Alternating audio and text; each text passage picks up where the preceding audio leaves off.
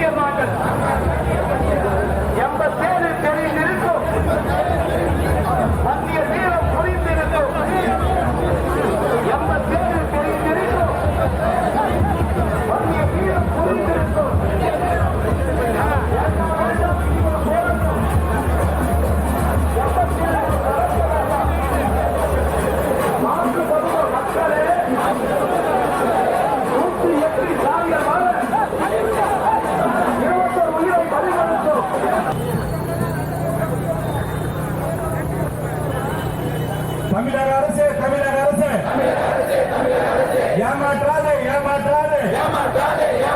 வண்டியருக்கு தனியாக 20% இடஒதுக்கீட்டை உடனே வழங்கு. தமிழக அரசே உடனே வழங்கு.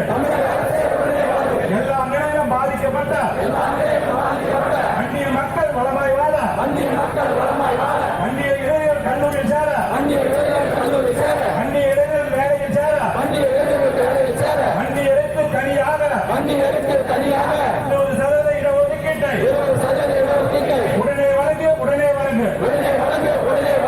பல முதல்வர் பொறுப்பேற்று 2 முறை ஆணை அமைத்து ஆணையம் கொடுத்த அறிக்கை ஏற்று இடஒதுக்கீடு வழங்கவில்லை.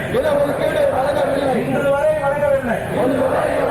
அந்நியருக்கு தனியாக 20% இடஒதுக்கீட்டை எந்த அரசும் வழங்கவில்லை.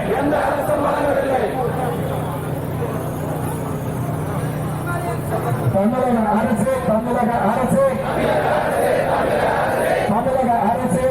அரசு ஆணையம் அமைத்தால் போதாது, அறிக்கை விட்டால் தமிழக அரசு உடனே வழங்கும்.